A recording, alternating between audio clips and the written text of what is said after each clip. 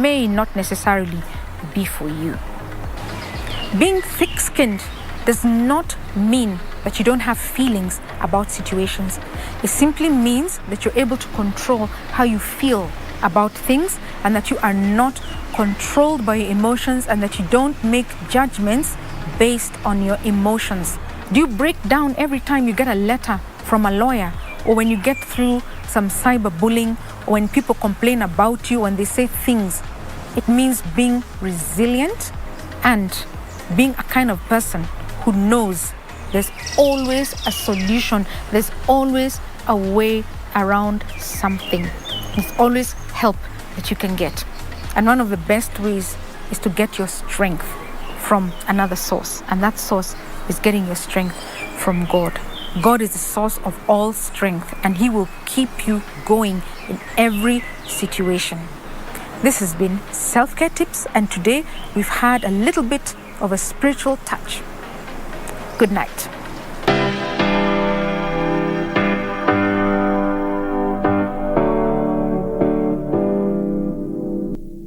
Ili kupata sikiza tune hii ya Usini Record, bonyeza *811*396#. Unakata pia kabaya Wakenya mnakuanga nako ya kuweka mtu kwa speaker alafu mnarekodi sauti yake bila ruhusa. Nikipata sauti yangu ina trend huko nje na kuna pesa napata, mtajua mimi mlu yako na roya, na sina roya binadamu. Usini Record. Ili kupata sikiza tune hii Usini Record, bonyeza *811*396#. The Mozart Bait Cup brings together teams from Kenya Premier League, the National Super League, and the FKF Division 1 side for a chance to represent the nation in the CAF Confederation. Catch all the action live and exclusive on KBC Channel 1 as we bring you all the matches of the Mozart Bait Cup, with the grand finale set for the 24th of June 2023. Watch this momentous event live and exclusive on KBC Channel 1 from the comfort of your place. KBC Channel 1, your true sports partner.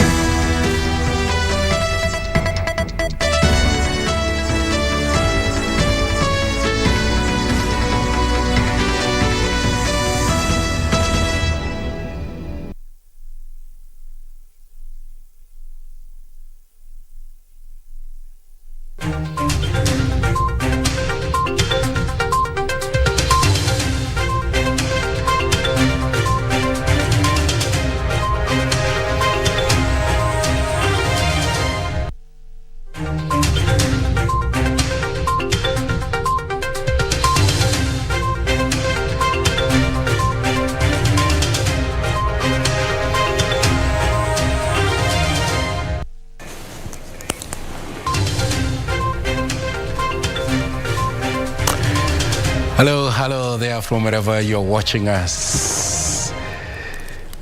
Last week was a very tough one. For me, I was a little bit under the weather, but it's a new good evening and a happy Monday and a very warm welcome to you. Thank you for joining us and making KBC Prime Edition your channel of choice. Let's begin this live broadcast with a summary of what our top stories were.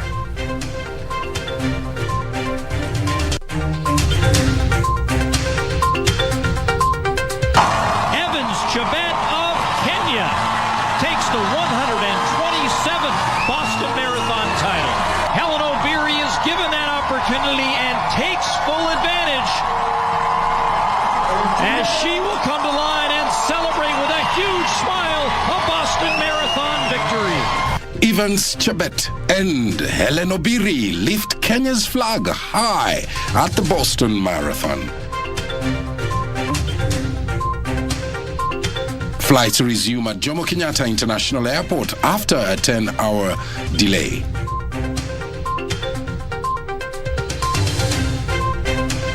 Land's Chief Administrative Officer Kimani Ngujiri caught in a shooting drama in Nakuru. And Kenyans in strife-torn Sudan urged to stay indoors.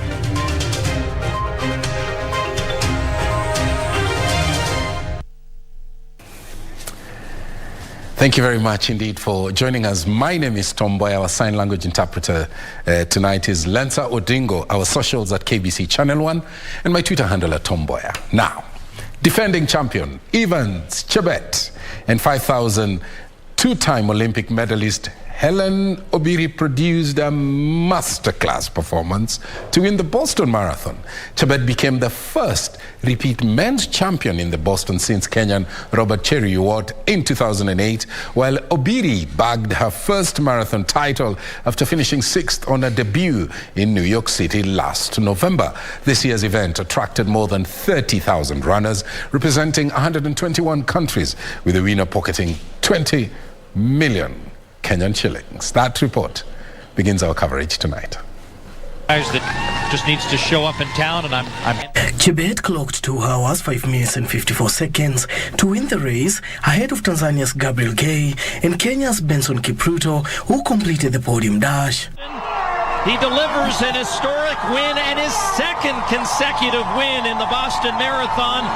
Evans Chebet of Kenya takes the 127th Boston Marathon title. World record holder and two-time Olympic champion Eliud Kipchoge finished 6th. Kipchoge was making a dream debut in Boston, aiming to become the first man to win all 6 world marathon majors, having already triumphed in Tokyo, London, Chicago and Berlin. He is also expected to enter the New York City Marathon in November. For the last 1,500 meters, they've been averaging about 3 minutes and 24. In the ladies category, Helen Obiri took a time of 2 hours, 21 minutes and 38 seconds to emerge victorious ahead of Ethiopian Samani Beriso and Israeli Lona Salpita, who took the second and third places respectively. This year's event attracted more than 30,000 runners representing 121 countries. The winner pocketed 20 million Kenyan shillings. And just needing an opportunity to race, Helen Obiri is given that opportunity and takes full advantage as she will come to line and celebrate with a huge smile a Boston Marathon victory.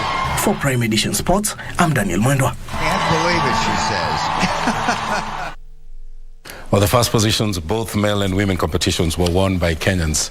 So good on President William Ruto, of course, congratulating the winners, even as he praised Olympic champion Eliud Kipchoge.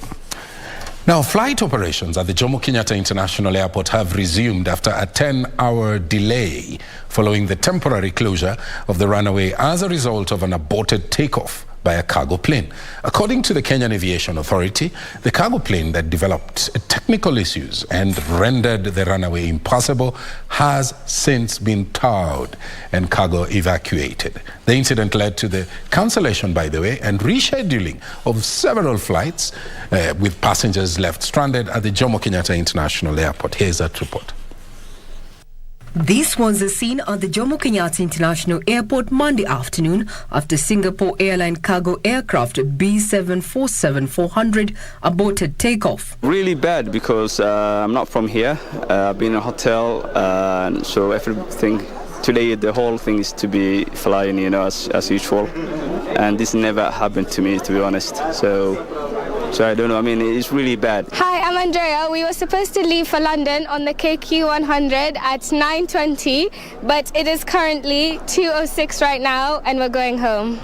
We were actually on the plane earlier than that, from about 8:30, 8:45, and they gave us very little information. Yeah, we waited for a while to get any more information, went to the information desks, and we were told that we would have to wait until 10 p.m., 8 to 10 p.m., and now we're here. We just decided we'd go home.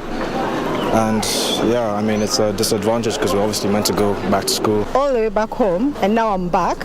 We have no clue what's going on. I mean, it's really an inconvenience, and KQ is not even updating anyone. Passengers outbound via the Jomo Kenyatta International Airport were, for the betterment of Monday, left stranded and several flights delayed, rescheduled and some were cancelled following the temporary closure busiest airport.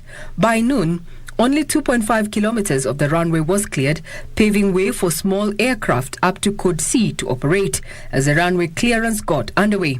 In a statement, Transport Cabinet Secretary Kipchumba Murkomen revealed the Singapore Airline cargo aircraft B747-400 aborted takeoff as a result of punctures to 11 of its 16 tires. As such, the process to remove the aircraft from the runway required the evacuation of 100 tons of cargo and the replacement of the tires before the aircraft could be towed off the runway. Passengers have been asked to get in touch with their respective travel agents and airlines for further direction. Regina Manyara reporting for Prime Edition.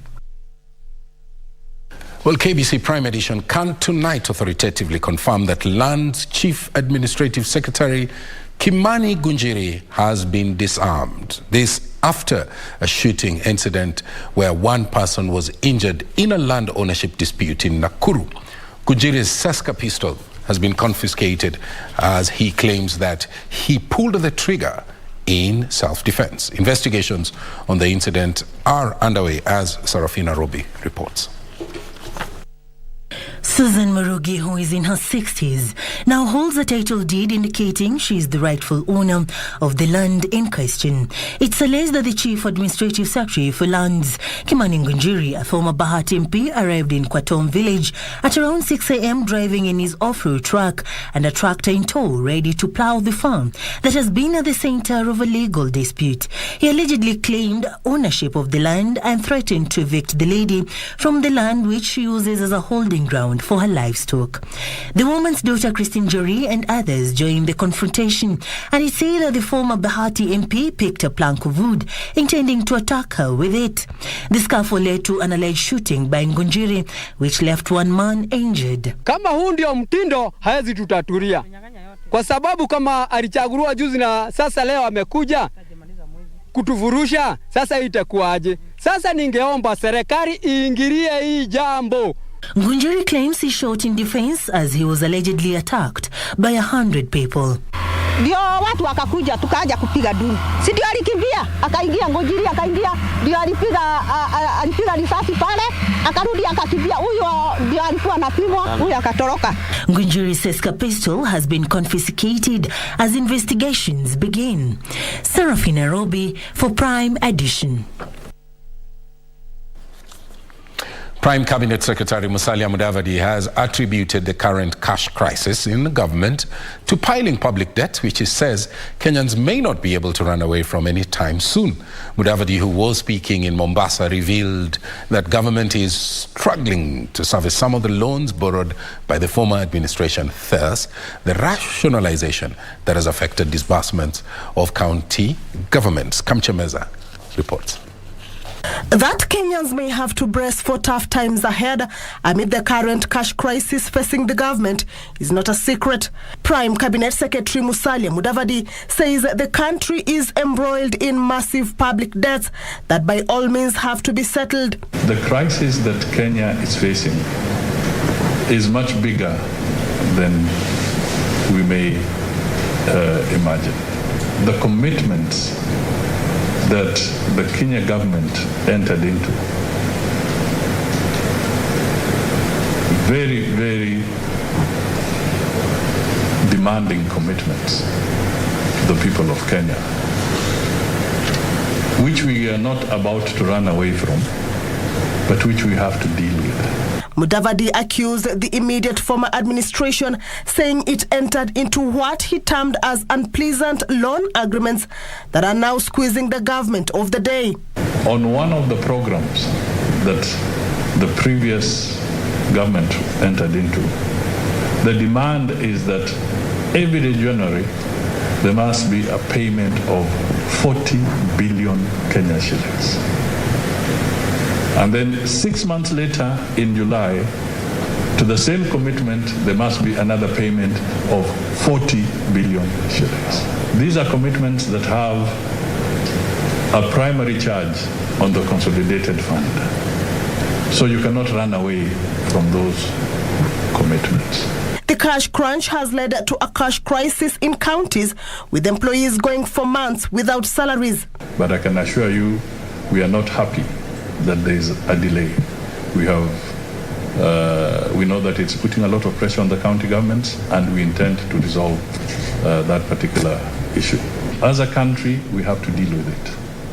And we have to deal with it in a balanced way, because how much more can you tax the people of Kenya?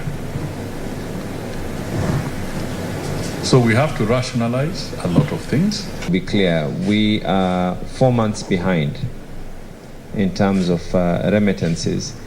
However, at the same time, we have just been unable to pay that 1 month. So you can imagine that we are trying as our own as a county. Last week, health practitioners from 12 counties threatened to down tools following non-payment of salaries by county governments. Kamche Menza for Prime Edition. Well, Prime Cabinet Secretary Musalia Mudavadi also hinted that investors could be scared to invest in Kisumu owing to the destruction of properties that were reported during the mass actions that were staged by the opposition about a fortnight ago. Professor Nyong'o responds to that when we come back after this short break.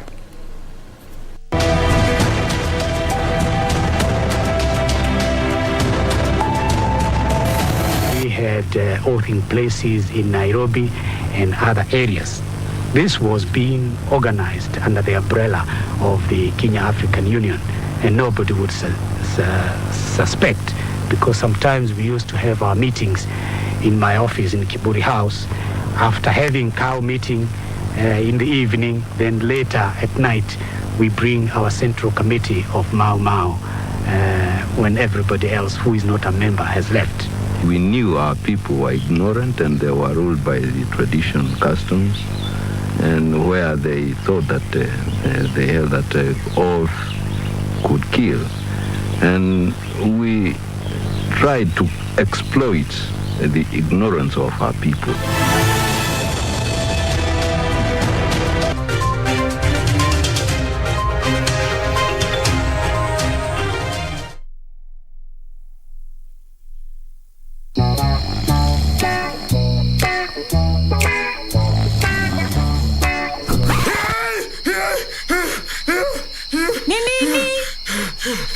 Nimesahau kucheza Loto Moto.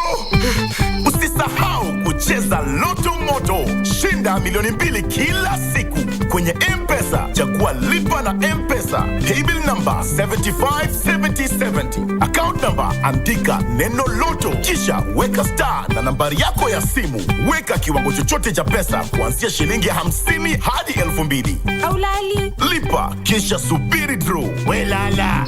Nitakutimizia ndoto zako. Milioni 2 usiamini.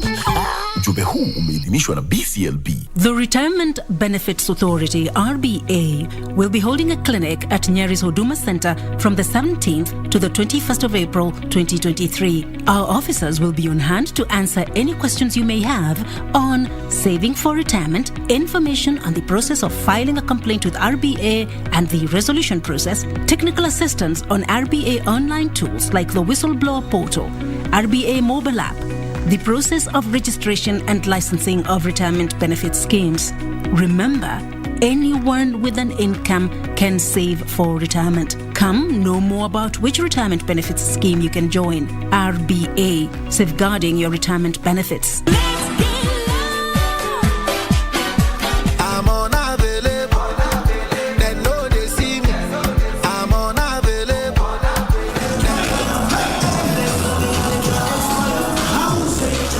Tusker Fest was the agenda of the day last Saturday at Tamasha Eldoret, the month-long event that has been happening across different towns and the country.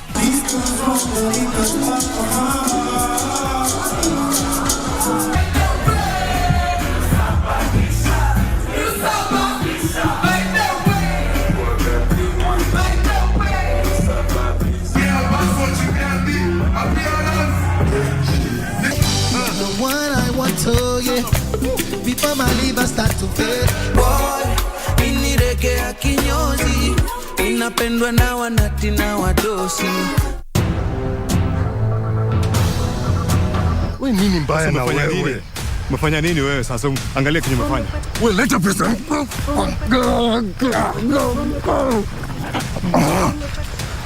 Kuna nini?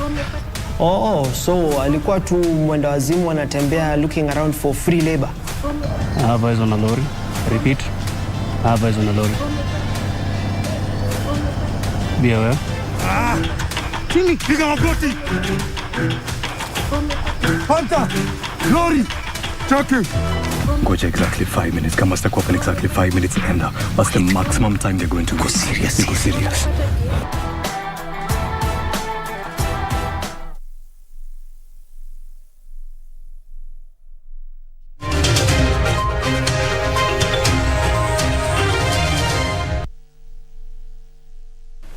Welcome back to KBC Channel 1.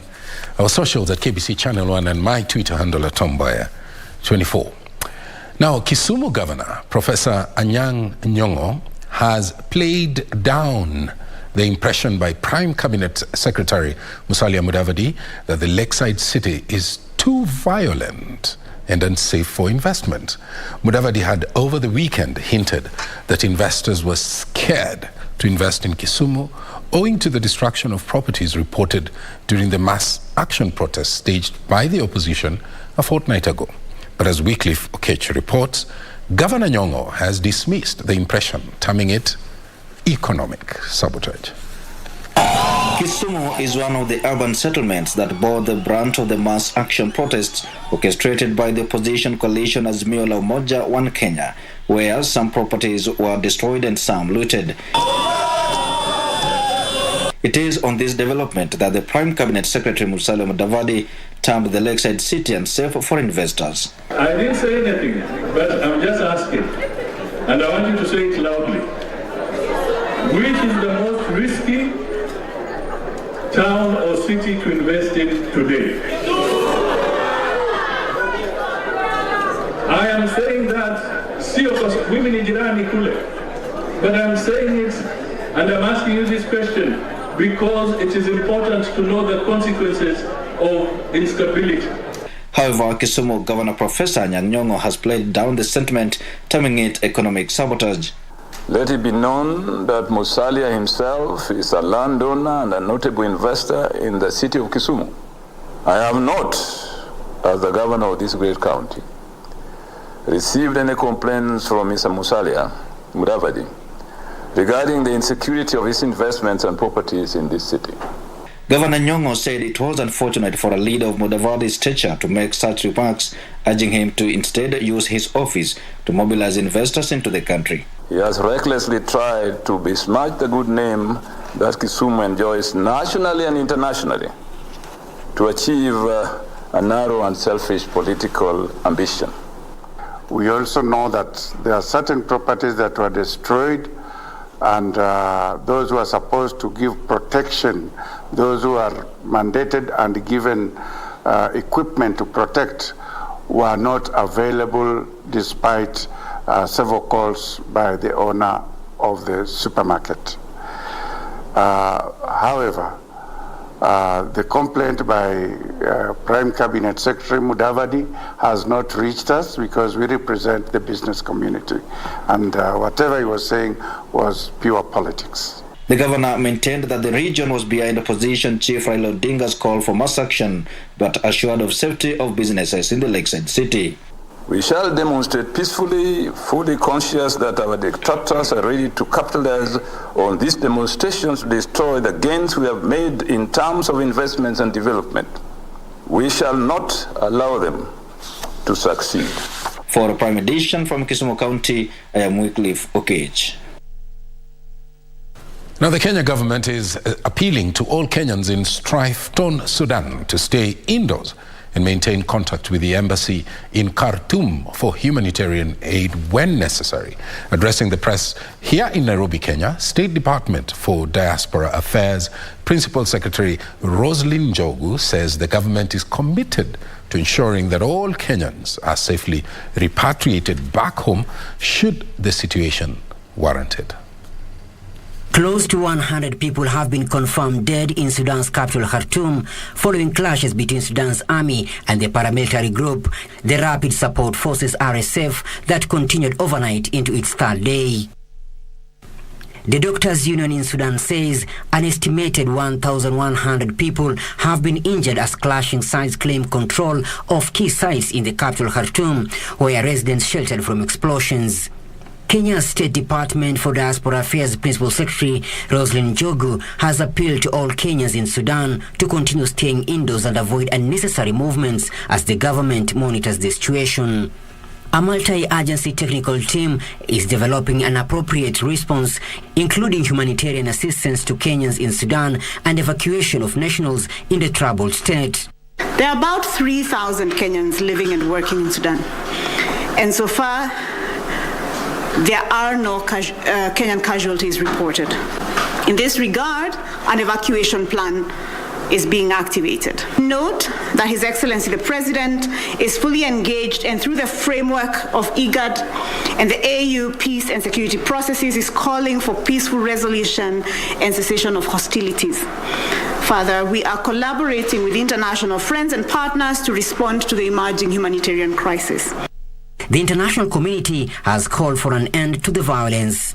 The fighting is part of a vicious power struggle within the country's military leadership, which has escalated into violence between rival factions. General Abdel Fattah al-Burhan, who is the head of the armed forces and in effect the country's president, and his deputy and the leader of the Rapid Support Forces RSF, General Mohammed Hamdan Dagalo, have disagreed on how the country should transition to civilian rule. As fighting rages in Sudan, Ministry of Foreign and Diaspora Affairs says it's committed to ensuring all Kenyans are safely rescued and brought home should the situation warrant it. Michael Mondiga for Prime Edition, Nairobi.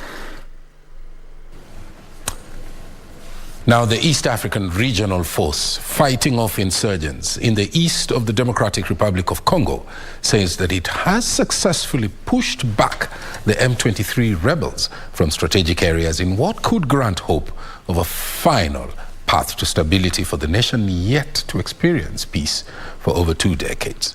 EACRF Commander Major General Jeff Nyaga, however, says that the eventual takeover of the areas controlled by the rebel group will require a shift in military strategy, as well as seeking closer collaboration with political actors, as well as other stakeholders. The Kenya Defence Forces, being the first battalion to deploy to North Kivu in the east of Congo, arrived in the country nearly 6 months ago, the primary duty being to ward off rebels threatening to capture Goma City. Being a month since they were joined by their counterparts from Burundi, South Sudan and Uganda, causing the full deployment of the East African Community Regional Force, the peacekeepers say the mission is yielding fruit as they push back the M23 rebels. That M23 has completely, and I've said that this has been verified by a joint bureau of monitoring and verification mechanism. They have cleared approximately to Sake, Mushake, Karuba, Negero, and we'll be in a position to take you and see practically what is happening there. The force commander, however, cautions that the final victory against M23 and another approximately 120 rebel groups will need a strategy shift.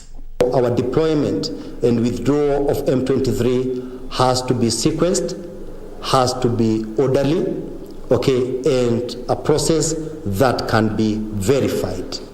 Following the pushback by the EACRF, most roads in the vast east have opened up, allowing the free movement of trade and humanitarian aid. With that posturing of those forces, we have been able to open the main supply routes that had been closed for so many months. The situation remains volatile as other rebel groups charge and attack innocent civilians and displacing them, fueling the humanitarian crisis in DRC. We have noted unprecedented activities by different armed groups. In Eastern DRC, we have over 120 armed groups. And all those groups come in with different dynamics.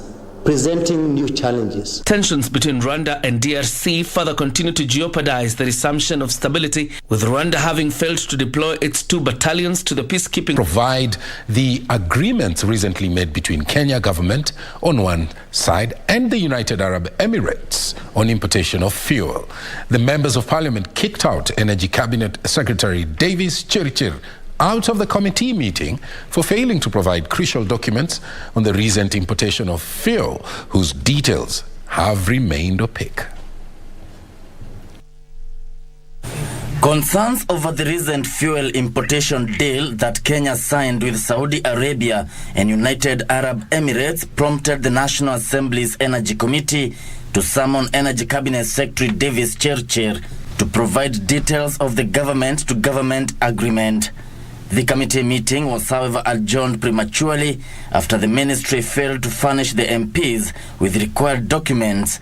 It becomes even a bigger problem that you already have them and they are not being submitted, meaning that actually just confirming that the matters are not being taken seriously. Committee Chairperson Vincent Musyoka directing the ministry to provide the documents by Tuesday. We will excuse you. You will go look for the documents. Let the documents be submitted by, because you are saying neither today or tomorrow. We'll give you tomorrow. Under the deal, 3 oil firms from United Arab Emirates and Saudi Arabia are supposed to nominate licensed oil companies in Kenya to import fuel for local and transit markets. The government-to-government arrangement is meant to give comfort to the oil firms in the source countries about the security of payments. MPs, however, are concerned the deal might raise the cost of fuel. Meanwhile, the Senate Energy Committee is probing how the Energy Ministry in the previous regime paid over 6 billion shillings as penalty to Lake Turkana Wind Power for delayed construction of transmission line to evacuate power from the independent power producer. As a legislator, I would want to help you there. I want to understand what are these few things that could be done on the national grid so that we can be able to see a reduction in the cost of power. If we identify 15 or 20 interventions in the transmission and distribution system, shunt reactors on the Mombasa-Nairobi line, upgrading of certain substations, capacitors, you will reduce system losses. The cost of power will also come down. Gisho Kiwashira, Prime Edition.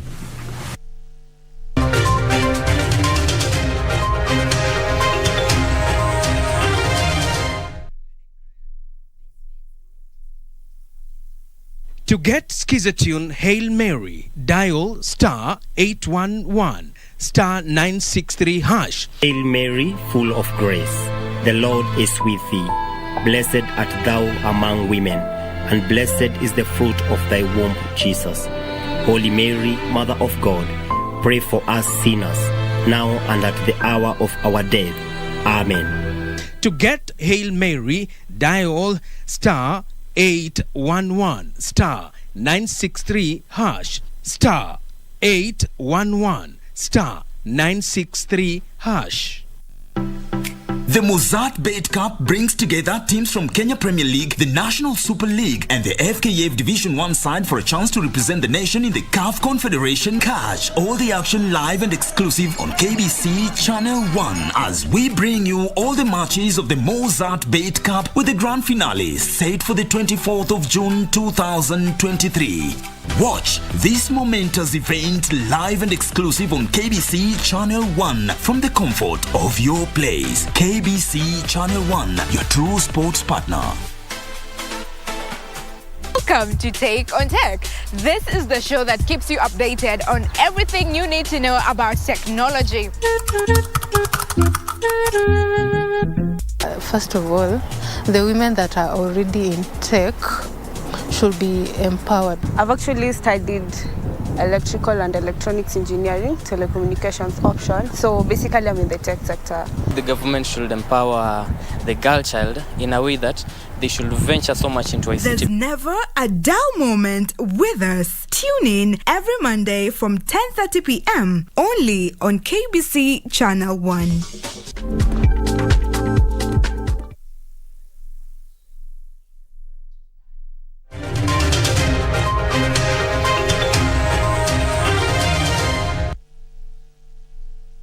Welcome back to Prime Edition. Murang'a police have impounded dozens of brands of counterfeit beer in Murang'a South region. The operation was carried out in a span of 24 hours by a multi-agency team, nabbing 400 liters of changa, 600 crates of assorted brands, drums used to prepare changa, and several other items as well.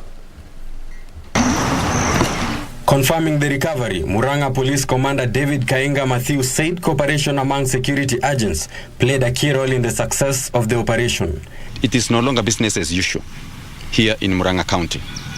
One thing that we have done as police officers is to come up with a formidable team that will be able to go for those individuals that are involved in these businesses. We have some of them that are brewing these substances along the riverbanks, and also we have some others that are operating these businesses near primary schools and churches, and this one cannot be allowed to continue. Elsewhere, a sensitization campaign has been launched in Migori County to encourage locals to practice safe sex in a bid to stem the spread of HIV/AIDS in the region. The areas where we target a lot is HIV testing. They all need to know their status. And also other preventive areas like maybe PrEP intake. They need to take PrEP so that they reduce the infection rates. We promoting the preventive measures like PrEP, condom use amongst the female sex workers. In as much as we are advocating for PrEP use, this has still been a challenge because the uptake is getting low on a daily basis. In Kisii County, police have retrieved the body of a middle-aged man from a room in a guest house at Magonga in Kenyanya sub-county. Police are holding the room's attendant as investigations continue into the deceased identity. And more than 10,000 mangrove trees have been planted in Kilifi County, with the national and county government being tasked to take the lead in creating carbon credit awareness for citizens involved in mangrove conservation. According to Grow With Us founder, proper and elaborate interventions of carbon credit awareness would improve the local economy and mitigate the adverse effects of climate change. Carbon credits used in the right way can become a tool for growth. And more importantly, it's a way to attract inward investors internationally, so wealth and capital, in order to restore the environment. So we're connecting local communities to a global market. Finally, the Equity Bank of Kenya has donated medical equipment worth 7.3 million shillings to the Migori County Health Department. The equipment targets to boost maternity service in the region. In Migori County, we even had circumstances where women would be required to go to the hospital with the gloves before they deliver. And I was even wondering, I'm a mother and I know when you're in labor pains, you cannot think of many things. For Migori in particular, we enjoy a very, very cordial working relationship. The people of the county of Migori are our clients. We are represented in 3 locations in Migori, Isibania and Awendo. So we consider them as family. Arnold Feather for Prime Edition. Well, he made history by becoming the youngest minister at the age of 31, heading the Ministry of Information and Broadcasting. This week on the cabinet, we focus on Daniel Musyoka Mutinda, who served both in President Jomo Kenyatta's government and also that of President Daniel Toroitich arap Moi.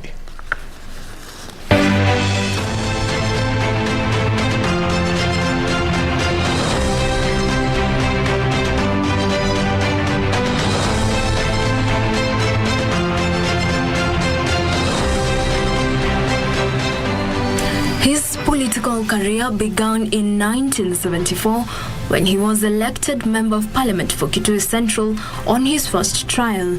President Jomo Kenyatta then appointed him to the cabinet as Minister for Information and Broadcasting. In 1978, he was transferred to the new Ministry of Power and Communications. After Kenyatta died in 1978, his successor, Daniel Arap Moi, retained Mutinda in the cabinet, only moving him back to the Ministry of Information and Broadcasting in the first cabinet reshuffle of October, same year, that is 1978. Mutinda retained his Kitui Central constituency seat in the 1979 general election and continued to serve as Minister for Information and Broadcasting until 1980.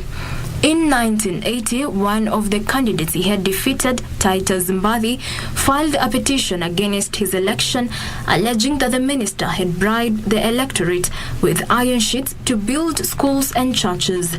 The court upheld the petitioner's claim and nullified Mutinda's election as MP for Kitui Central. He was further found guilty of an election offence that saw him barred from contesting the seat for 5 years.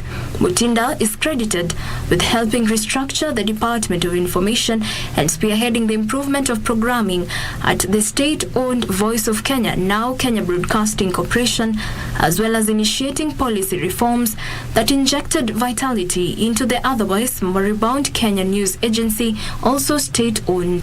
As Minister for Power and Communications, Mutinda implemented several rural electrification projects as well as construction of several key roads in the country. Mutinda is no longer in active politics, although in the run-up to the 2007 general election, he was the chairman of the Kalonzo Musyoka-led Orange Democratic Movement Kenya in Kitui, the party that Musyoka used in his presidential bid that year. Jacqueline Macharia for the Cabinet.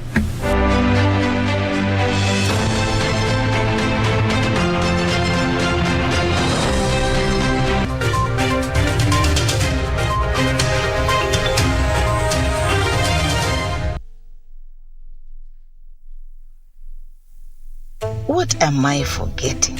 Nini, workers paid, rent checked, mlango locked, visiting notices, goza mzae silitoa jana long, internet sorted. What is it? What am I forgetting? Nini, nimesahau kucheza Loto Moto. Usisahau kucheza Loto Moto. Unaweza shinda hadi milioni 2 kwenye M-Pesa. Chagua lipa na M-Pesa. Paybill number, weka 757070. Account number, weka neno Loto. Weka kiwango chochote cha pesa kuanzia shilingi 50 hadi 2000. Lipa, kisha subiri draw. Ujumbe huu umeidhinishwa na BCLP.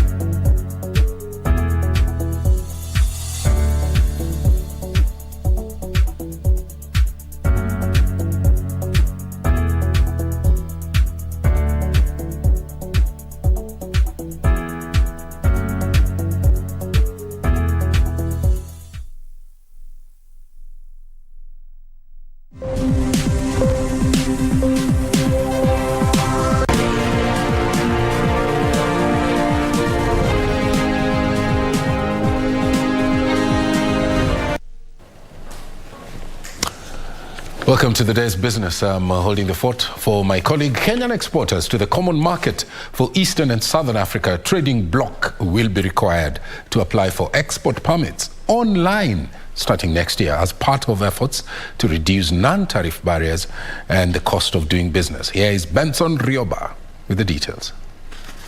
Intra-trade within the common market for Eastern and Southern Africa is estimated at 19 billion shillings with a low export efficiency of 47.1%. To boost trade within the bloc, officials are seeking to transition the export licensing and trade permit to a single window system. This is expected to reduce paper transactions and time for clearing goods at border points. We are trying to make them have a system that can talk to itself and also expedite, the clearance of goods across the region, but more so to enhance intra-regional trade. So far, all COMESA's 21 member states have ratified the use of the single window system that will come into effect in January next year. We have several benefits. For the customs departments, you have a chance of increasing revenue collections from that kind of system. So it's overall beneficial to all member states. The single window system is also expected to eliminate non-tariff barriers by more than half and reduce the cost of doing business. The electronic single window system is one of the key trade and transport facilitation instruments prioritized by most of the member states to improve the ease of doing business environment and to enhance intra-regional trade. Kenya is calling for COMESA member states to implement the maritime single window system. Kenya is also implementing the ongoing national initiatives to implement maritime single window system and information trade portal known as InfoTrade Kenya. Nelson Juba reporting for Prime Edition. Now, was it a human or a technical error? That's the question that forensic auditors at the Kenya Tea Development Agency will be seeking to unravel. This comes after the agency deducted more than 1 billion shillings from tea farmers affiliated with the agency last month for the subsidized fertilizer program. KTDA says that this was a system error, and it has started the refund process, which, by the way, affected more than 600,000 tea farmers. There has been serious disquiet among tea farmers affiliated with the Kenya Tea Development Agency in the last month after KTDA deducted 500 shillings from thousands of tea farmers affiliated with the agency. KTDA was supposed to deduct 5 shillings from its 650,000 farmers to pay for the subsidized fertilizer. However, the tea agency says a technical error occurred that led to its system deducting the amount in question from farmers. Tulikuwa tumekata shilingi 3,000 na kwa hivyo kila gunia ilikuwa imebaki na deni ya shilingi 500. Hii mwezi imeisha ya mwezi wa 3. I think there was a hitch in our system. Badala ya kukata shilingi 5 walikata yote. Kwa hivyo wakulima hawakuweza kupata pesa. Kwa hivyo kwanza tunaomba pole kwa wakulima wetu. Kwa hiyo lump sum recovery, na kwa hivyo kila mkulima atarudishiwa shilingi 16 kwa wale kwa upande wa East of Rift, na wale kwa upande ule mwingine watatumiwa shilingi 15 kwa kilo ambayo ilikuwa imekatwa. KTDA Chair David Choho says by the close of business today, the agency had reimbursed 328 million shillings owed to more than 326,000 farmers. Na kwa hivyo kwa wakulima wetu kama tumeomba radhi, tumeomba pole, wataweza kurudisha hiyo pesa. Hiyo balance nyingine itakatwa pole shilingi 5 kwa kilo all the way mpaka iweze kumalizika. Forensic auditors are combing through Kenya Tea Development Agency's financial systems to unravel how its new SAP accounting platform deducted the said amount. Management agreement yenye imekuwa ikifuatiliwa ni ile ilikubalianwa wakati ule. So due to reforms, tukaonelea ni vizuri tuwe na some changes. Tutaserve mkulima kwa roho moja na tutaendelea kuona vile mkulima anaendelea kupata pesa kwa wingi kwa mfuko yake.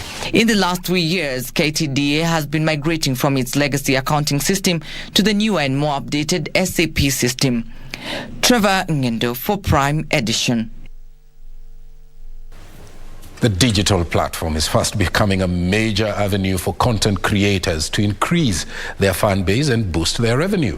In Kenya, content creators have taken advantage of the social media sites to popularize their creativity. The Kenya Film Classification Board says that it's working with various digital service providers to roll out various platforms to help innovators launch their products. Internet penetration in Kenya is currently at 42%, and it is projected to reach 60% within the next 3 years. From this, at least 1.2 million Kenyans have secured online work, a majority of them being the youth. The Kenya Film Classification Board now says content producers should drop archaic methods of film production and adopt content that suits digital platform needs to survive in the ever-changing industry. These are new developments that we have put in place, and for such a show, we will be glad to see you come to us and tell us We have rated it by ourselves and we have found it as program for gender exhibition. He says monetization of creative work on the internet is an overlooked venture which could boost local filmmakers into creating quality output. We appreciate that the pay TV has got some target audience, but we believe the free-to-air has even a bigger audience, and the capacity that is being developed by the content, by the pay.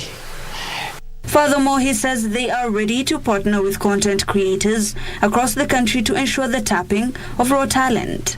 I'm sure the ecosystem of the creative industry will really trickle down. They made the remarks during the launch of Season 3 of Hello Mr. Right, a local production by Star Times. Hibak Said for Prime Edition.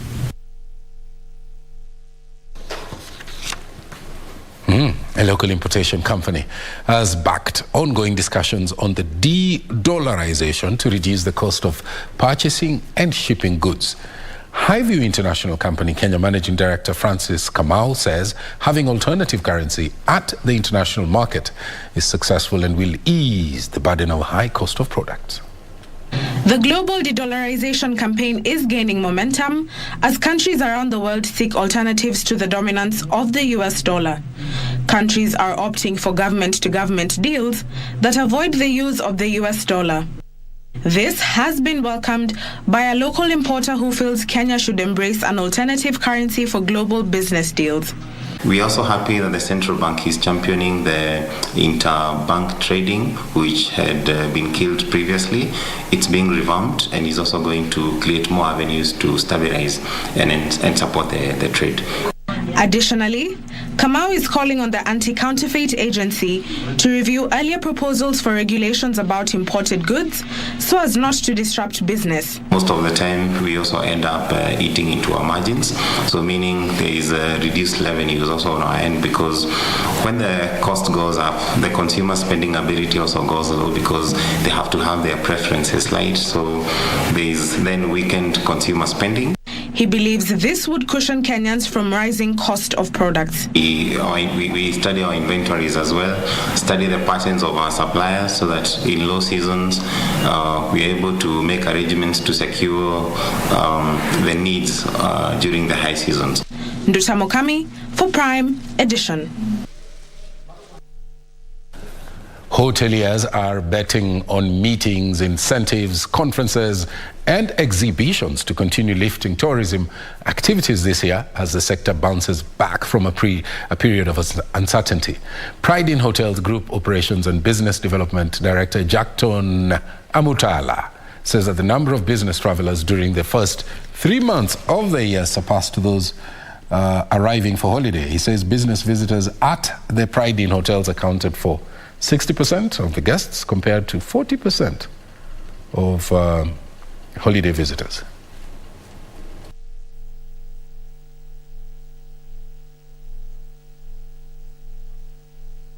In January, we had more also both local and international, but the month of February was more of international clientele in Mombasa, and Nairobi more of business, because business people started coming in with now COVID being eased and people having a backlog of what was there before. It was very good. Pride in Azua has been very busy with MICE conferencing every day. Even today itself, it has been full house until there was no conferencing, and more people are looking for. The reason why for conferencing, because of the COVID restriction, people are not meeting, and now people are meeting, so they are free to come. So we are glad, even to the extent people are going to Masai Mara to have conferencing in Masai Mara, which is conferencing in the bush. So that is a new trend now.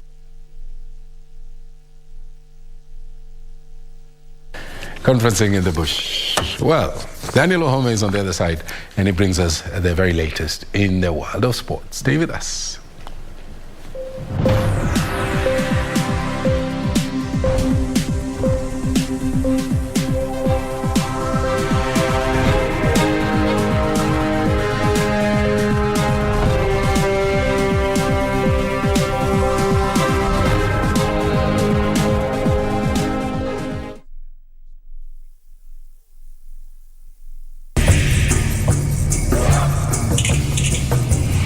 Nafasi yako ya kuwa mdosi wako.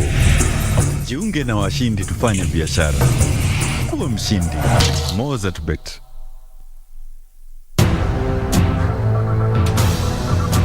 Wewe nini mbaya na wewe? Umefanya nini wewe sasa? Angalia kile umefanya. Wewe leta pesa.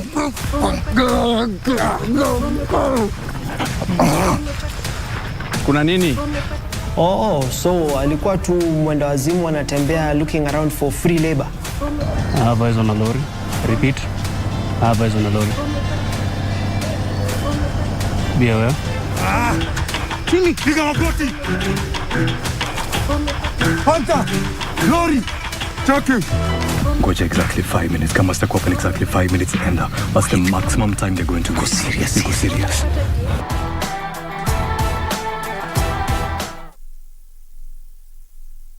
Sports News is brought to you by Mozart Bet. Kurumisha ndege. Aviator instant game. Be a daring pilot and earn by how much high you can lift the plane. The higher you fly, the higher your win. The sky is the limit. Mozart Bet. A very good evening to you. My name is Daniel Wahome and welcome to Prime Edition Sport. Wazalendo Masters lost their opening match at the ongoing Vaisakhi hockey tournament after a 3-1 loss to Sikh Union Nairobi Masters, and this was in a match played at the Sikh Union Club. In another match played at the same venue, Blue Ocean Chiefs defeated London Sikh Union by 4-2. Meanwhile, in the main cup, Sikh Union Nairobi humbled visiting London Tigers by 5-1. Wazalendo Masters suffered a 3-1 loss to Sikh Union Nairobi Masters at the ongoing Vaisakhi tournament at Sikh Union Club. Weekly Fungori scored the only goal for Wazalendo in their first game of the tournament. Asif Ali gave the winners Sikh Union Nairobi Masters the first goal in the 14th minute, while Parrot Semi and Harparet Sera scored the second and third goal in the 34th and 51st minutes respectively. In another match played at the same venue, Blue Oceans Chiefs defeated London Sikh Union 4-2, while Matada Veterans drew 2-2 with Impala Veterans. Most crucially, we got the 3 points, which is taking us to the top, hoping for us to finish top of table. Today's match was not as we expected, but it's okay. Good start for us from the tournament. The tournament will end on 22nd of this month. For Channel 1 Sports, I'm Sela Onyango. Now, the national women's volleyball team tactician Paul Bitok says the Malkia Strikers will soon assemble to prepare for friendly matches in Morocco and the World Challenge in France. The veteran tactician said the matches will play a crucial role as they target a slot at the 2024 Paris Olympics. Bitok revealed that FIVB has come on board and will sponsor the team for the international outings, with the date set to be announced soon. Last year, Malkia Strikers camped in Brazil and Serbia to prepare for the World Championships.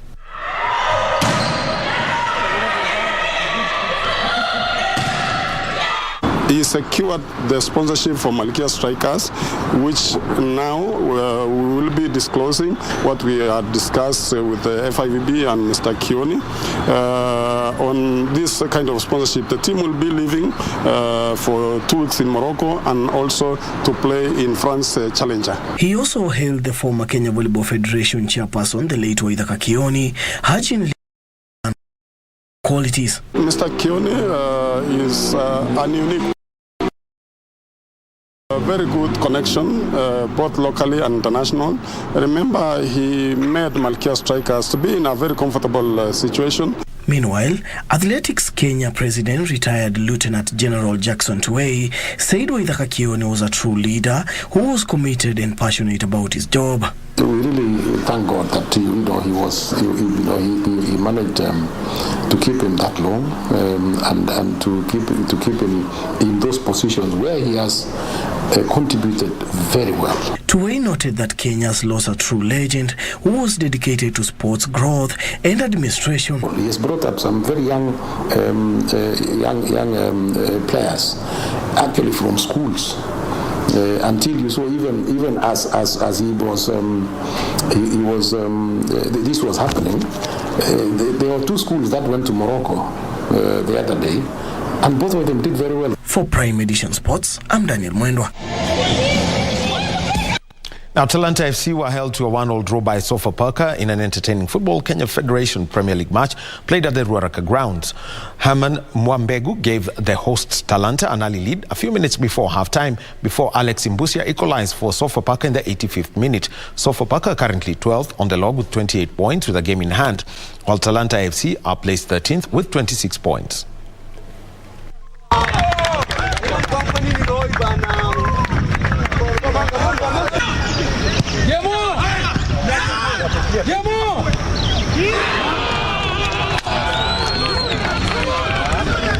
Now, Andrei Rublev claimed his first Masters 1000 title by beating teenager Holger Rune in the Monte Carlo Masters final held in France. The victory handed the 25-year-old Rublev his 13th ATP Tour title. Rublev was 4-1 down to his 19-year-old opponent from Denmark in the deciding set and saved 2 break points before leveling the match. A double fault from Rune gave Rublev a lead before the 25-year-old served out for his 13th ATP title. It was a bit too high, that drop shot. Rublev, who had lost 2 previous Masters 1000 finals following defeat in Monte Carlo and Cincinnati in the year 2021, hit 33 winners against world number 9 Rune.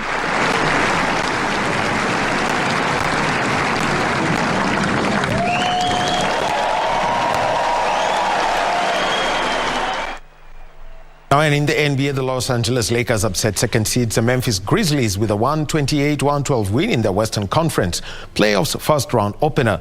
Elsewhere, Giannis Antetokounmpo was forced off with an injury in the second quarter as the Milwaukee Bucks fell to a 130-117 defeat by the Miami Heat. Franchise for the game, he wants to be aggressive. Sweet move, gets it. The Los Angeles Lakers trounced Memphis Grizzlies with a 128-112 win in their Western Conference playoff first-round opener. Rui Hachimura made 11 of his 14 shots, including 5 of 6 from three-point range, to spark the Lakers, who reached the playoffs after winning a play-in game against the Minnesota Timberwolves. On the road this year, almost 500, 20 and 21. Morant and Tillman play catch. And Carter by Strus. Elsewhere, Giannis Antetokounmpo was forced off with an injury in the second quarter as the Milwaukee Bucks fell to a 130-117 defeat by Miami Heat. Antetokounmpo will be assessed to see if he can play in Game 2 of the series on Wednesday. Junior again, rattled in and out. Now Gordon with a picture. And Jamal Murray helped the Denver Nuggets stroll to a 109-80 victory over the Minnesota Timberwolves with 24 points, 8 rebounds, and 8 assists. Lifted, and that was an example of it on that opportunity there. The 5th most efficient offense in the NBA, meanwhile. Moving the Nuggets defense. Well, that's the sport for tonight. Thank you for being with us. My name is Daniel Wahome. Back to Mboya.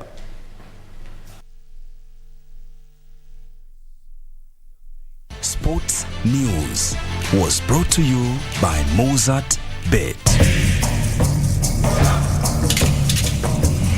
Nafasi yako ya kuwa mdosi wako. Jiunge na washindi tufanye biashara. Kuwa mshindi. Mozart Bet.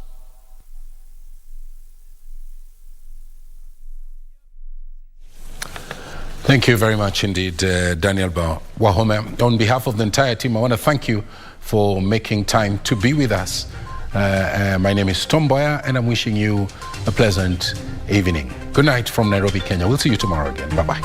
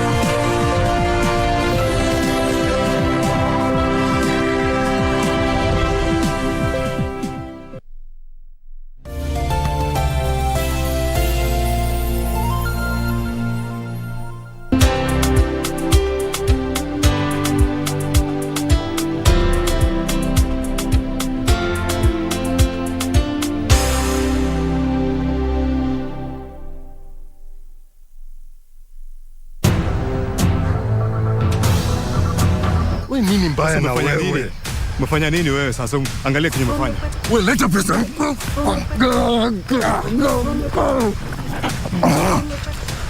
Kuna nini? So alikuwa tu mwenda wazimu anatembea looking around for free labor. Hapa hizo na lori. Repeat. Hapa hizo na lori. Bia wewe. Kini, piga magoti. Panta, lori, chaki. Ngoja exactly 5 minutes. Kama sitakuwa in exactly 5 minutes enda. What's the maximum time they're going to go serious? Go serious.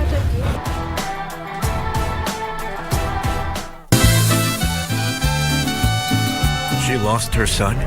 The boy just disappeared while she was wounded, and they left her for dead.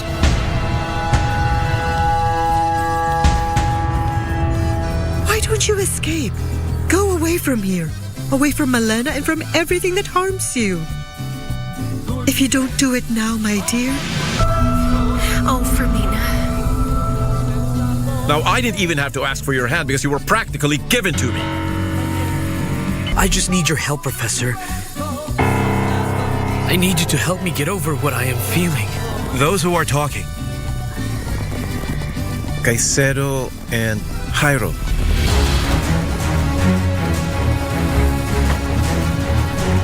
I should have known.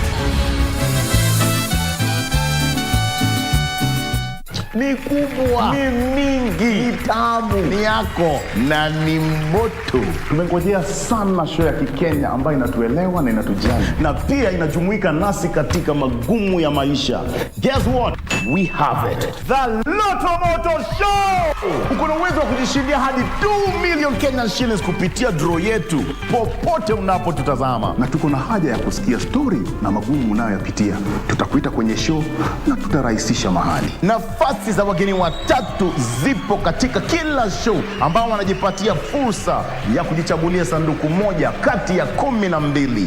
Kila sanduku liko na zawadi kem na za kipekee. With lots of fun, lots of prizes and money. Lotto Moto coming to you soon. Only on KBC. See ya.